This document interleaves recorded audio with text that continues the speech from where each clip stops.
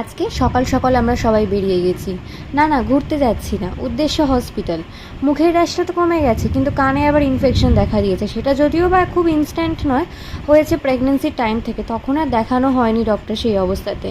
এখন মেয়ে হওয়ার পরে সেই জিনিসটা আরও না অনেক বাড়াবাড়ি হয়ে গেছে।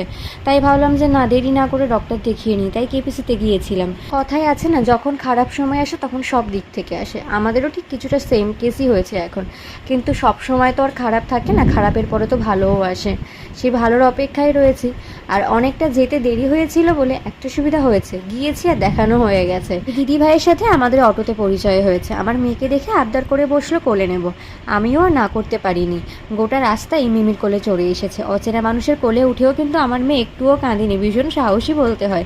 তারপরে তো নেমেই রেখে খুব পছন্দের একটা ফল তালশাঁস, এই সিজনে এই প্রথমবার খাবো, তাই নিয়ে নিলাম। আগে ভগবানকে দেবো, তারপরে আমরা খাবো। যাই হোক, আজ আসি, কাল দেখা হবে।